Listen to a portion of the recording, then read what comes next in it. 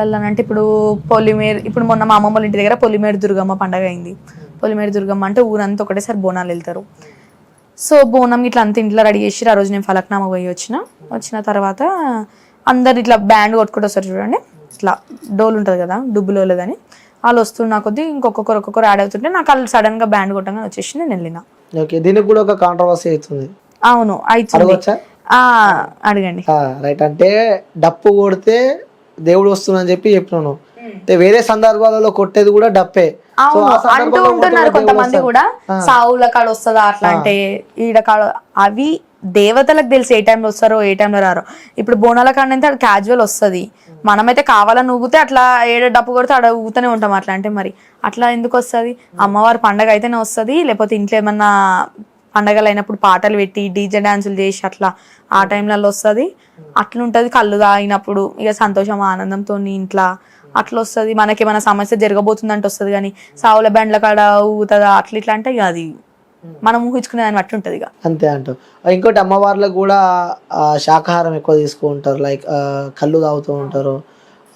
Non veg కూడా అమ్మవార్లకు బాగా ఇష్టము, కోడిని కోస్తారు, మేకని కోస్తారు, అలాంటివన్నీ తీసుకుంటావా? యాక్చువల్లీ ఏడుపాయల వనదుర్గ భవానికి అయితే నాన్ వెజ్ ఎక్కదు.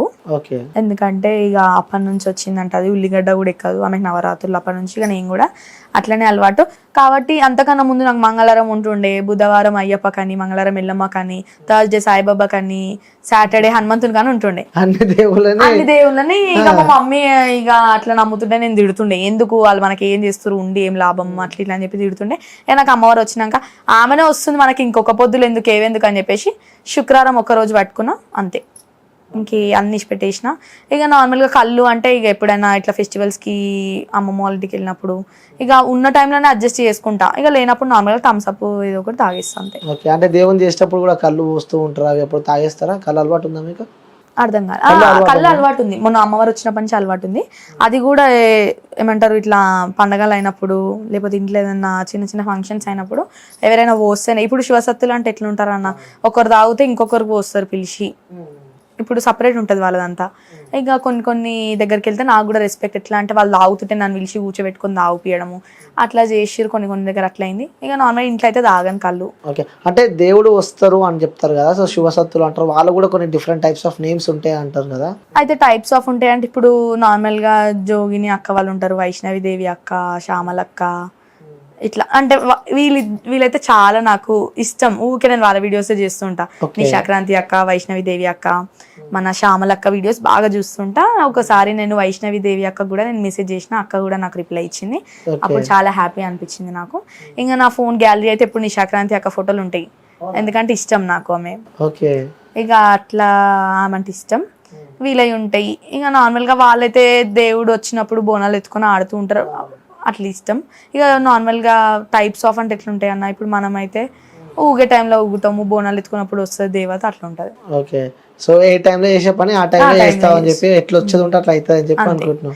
ఇప్పుడు స్టార్టింగ్ 6 months స్టడీ చేయలే, ఓపెన్ ఇంటర్ చేసుకుని ఇంట్లో. ఇప్పుడు అయిపోయింది, పాత పడ్డది, దేవుడు వచ్చి అయిపోయింది, కాలేజ్కి వెళ్దాం అన్నట్టు చూస్తున్నా. ఓకే, ఇప్పుడు నెక్స్ట్ మళ్ళీ కాలేజ్, డిగ్రీ కాలేజ్కి వెళ్దామని చెప్పి చూస్తున్నా. రైట్ వ్యూయర్స్, ఇప్పటిదాకా మనము మాట్లాడుతూ ఉన్నాము, అదే ఆ సందర్భాలలో కూడా సంజు వాళ్ళ మదర్ కూడా పక్కనే ఉంది, ఆ సందర్భాలలో మాట్లాడింది దేవత అని కూడా మనం విన్నాము. సో వాస్తవంగా అసలు ఏం జరిగింది, ఎందుకంటే చెప్పే బదులు చూపిస్తే బెస్ట్ అని చెప్పి కూడా వాళ్ళ మదర్ నేను ఆన్ స్క్రీన్కి తీసుకురావడం జరిగింది.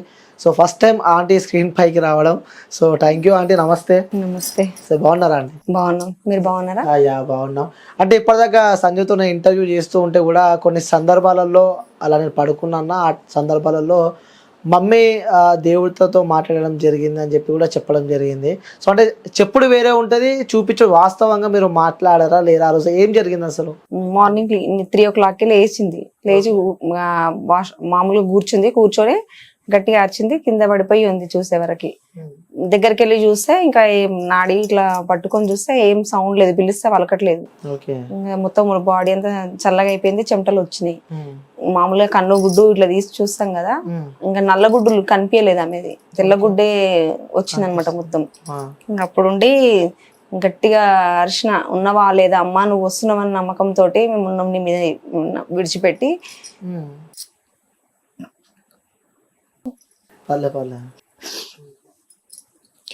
పాప స్పృహలో లేదు.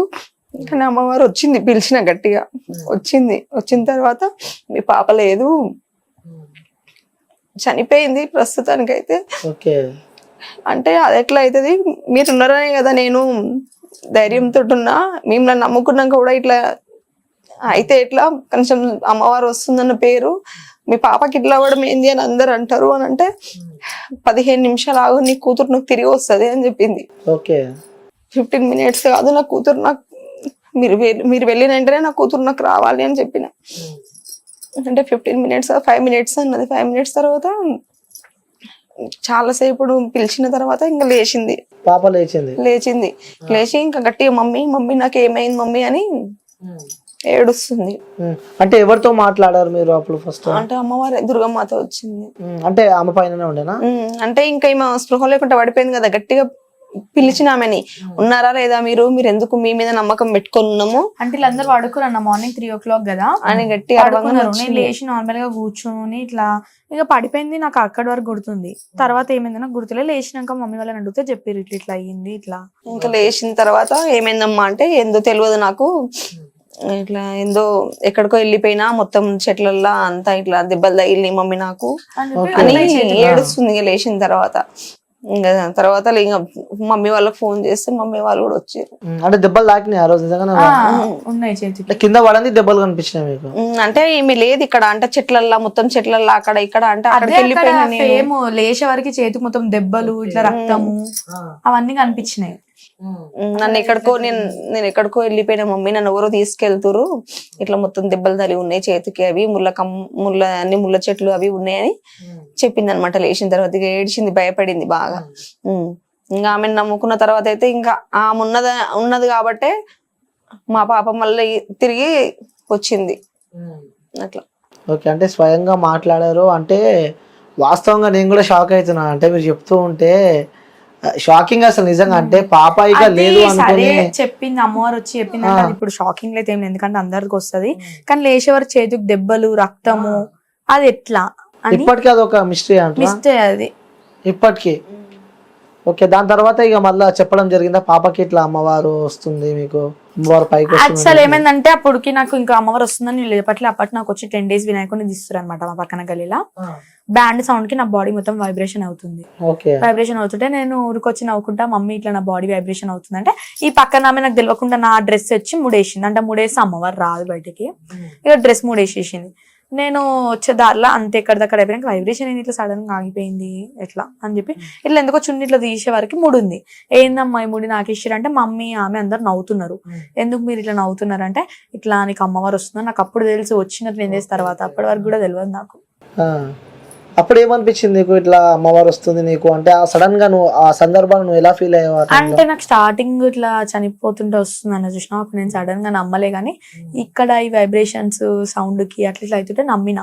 ఇంకా మా తాత వాళ్ళు కూడా నన్ను చాలా బాగా కేరింగ్ తీసుకోవడం, అమ్మమ్మ వాళ్ళు ఎట్లా అంటే చిన్న పిల్ల అని చెప్పి చేతికి వేడి లేపేయడము, ఇట్లా ఇప్పుడు దుర్గమ్మ పండుగ అంటే డుబ్బులు చేస్తారు, ఇట్లా వాళ్ళని మాట్లాడడము. ఇప్పుడు పండుగ చేద్దాం అన్న ప్లానింగ్ లో కూడా ఉన్నా ఇప్పుడు. సూపర్, పండుగ చేద్దామని చెప్పి కూడా అనుకున్నారు. లాస్ట్ మంత్ ఉండే పండగ కొంచెం చిన్న డిస్టర్బెన్స్ వల్ల జరగలేదు ఇప్పుడు. అంటే మీకు అనిపిస్తూ ఉందా అంటే పాపకి 16 years లోనే ఇలా దేవుడు వస్తుండు ఇట్లా పూజలు చేసుకుంటా అంటే ఎప్పుడైనా అనుకున్నారా ఇట్లా ఈ టైంలో పాప బయటికి వెళ్ళాలి, ఫ్రెండ్స్తో తిరుగుతుండే, ఎంజాయ్ చేస్తుండే, ఇప్పుడు అవన్నీ కాకుండా దేవుని దగ్గర ఉండి పూజలు చేస్తుంది, ఇలా ఎప్పుడైనా మీకు అనిపించిందా మీ మనసులో ఎప్పుడైనా? అట్లానే ఏం లేదు ఆమెకి. అంటే ఆమెకు అంతా దేవుడు వచ్చినా కానీ ఫ్రీడమే ఉంది కదా, ఆమె ఫ్రెండ్స్ ఏదైనా కానీ అట్లా ఇబ్బంది దేవుడు వస్తుందని చెప్పి ఇంట్లోనే ఉండడం అవన్నీ ఫ్రీడమ్ గా తిరుగుతా, రానంటే తిరుగుతా.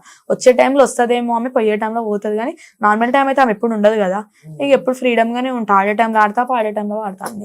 అంటే ఇవన్నీ అంటే ఈ సందర్భాలన్నీ మీరు చూసారు. అంటే అక్కడి దాకా వెళ్ళిన పాపను కూడా మీరు మొక్కుతే మళ్ళీ పాపను బయటికి తీసుకురావడం జరిగింది, ఇవన్నీ చూసారు. సో ఇవన్నీ చూస్తుంటే మీకేమనిపిస్తుంది అసలు? నాకు చాలా నమ్మకం అమ్మవారు అంటే.